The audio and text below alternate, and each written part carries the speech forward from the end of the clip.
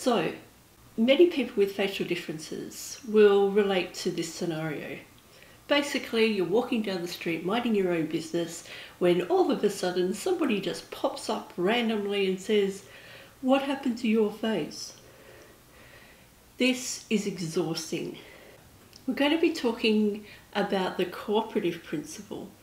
And the cooperative principle is basically about the expectations that we bring with us to conversations. Anybody brings with them expectations about what's going to happen in a conversation. I'm going to show you that the exhaustion comes from just the sheer mental effort that it takes to work out what a person means when they say something like, "What happened to your face?"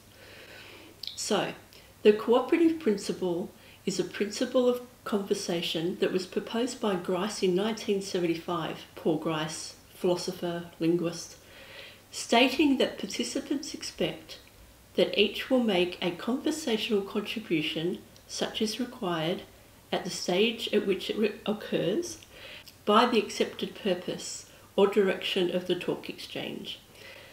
That's pretty dry and pretty vague, and even Grice recognised that that was quite vague. So what he did is he unpacked it using 4 maxims. We've got quantity, quality, relation, and manner. So the first one is the maxim of quantity.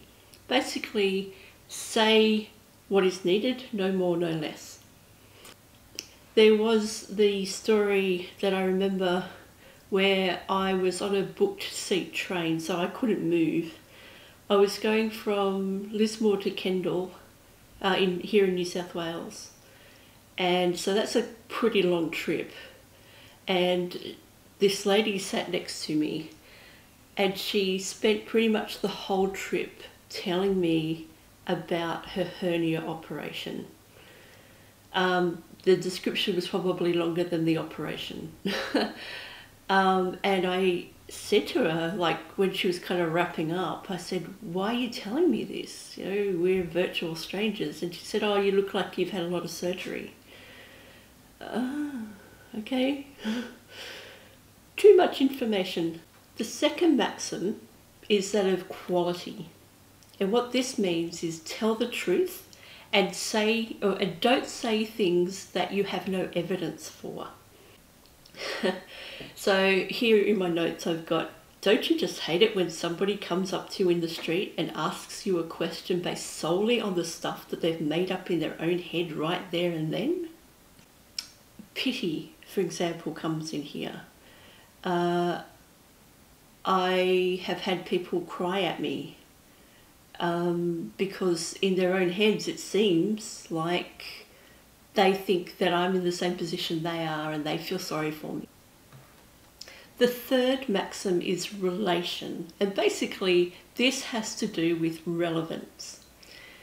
You need to say things, or we all need to say things that are pertinent to the conversation at hand. I can tell you that if somebody says to me, "What happened to your face suddenly?" it is not going to be relevant.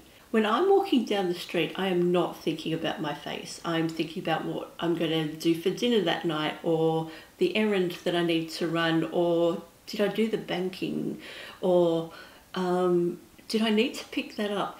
I'm not thinking about my face. So any conversation that suddenly starts with "what happened to you" or "what happened to your face" is not going to be relevant, and it is exhausting.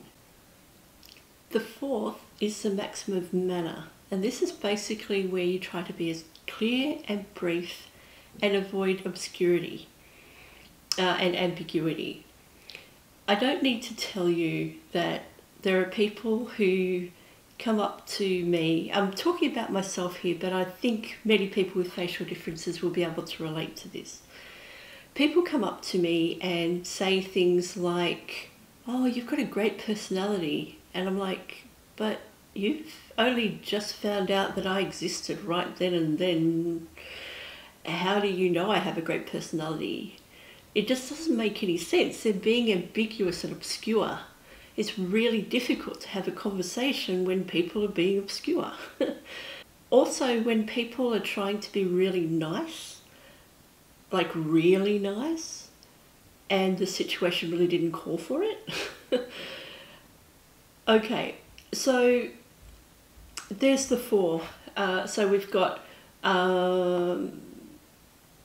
quantity, quality, relation, and manner. Hopefully you should be able to see here that if you're not able to hold a conversation properly with somebody with a facial difference, and that conversation is going to be really awkward. And I'm really exhausted by awkward conversations. Here's a few other points on why conversations in public about our faces are exhausting. It's not because it's a taboo subject. I mean, I'm here on YouTube, on camera, talking about it. So it's not taboo at all. Okay, now first of all, we can get thrown off balance because the person that's asking the question has probably been thinking about it for some time, but it just suddenly pops up into our consciousness. I refuse to be psychologically ready for these surprises. And being on alert is not a healthy way to live. The second one is I'm a teacher and I prepare my lessons. But when somebody comes up to me in public and says, "What happened to your face?" or something like that, that's a demand for education, and that is exhausting. So also, it can be really exhausting trying to work out if somebody is safe. Now, the person asking probably takes it for granted that they're a safe person, but violence towards people with facial differences is a thing, and I know that I've been threatened a few times when, for example, somebody has just randomly said, "Are you okay?" and I've said yes, and then they've gone F off. You know, I'm like, what is that? So yeah, just be aware that people with facial differences need to know that you're safe. Again, exhausting. So, here are some tips to make things less exhausting for everybody involved. If you meet somebody with a facial difference in the street and you just want to know why their face looks like that, don't ask, okay? Putting curiosity ahead of somebody's comfort and dignity is not a good way to go. Now, if somebody has to find out why I look like this, give me, or whoever you're asking, the space and time to answer. Pick a conversation time and space where they can actually be comfortable. I once had somebody ask me just as I was about to cross the road. It's like, no. Maybe a good rule of thumb is to give them your email and say, "Look, I have an interest in facial differences. Would you mind contacting me if you feel like it? And we can find a time and place to chat if you're up for it." That kind of thing. Finally, let's end on a positive note. What should you do? Just say hello. I'm going to mention Carly Finlay's new book coming out really soon. I haven't read it yet, but I've heard it's really good. And saying hello is just great. Don't be weird about it, but just say hello like an average person. Assume competence and intelligence, but don't assume things that you've made up in your own head. People do make up stories about us in their own head and then project them, and then they assume that that's the truth. So I hope that you've got something out of this, if not just talking about facial difference, but talking about conversations in general. And have a great day, and I'll get back to my day and finish my Milo.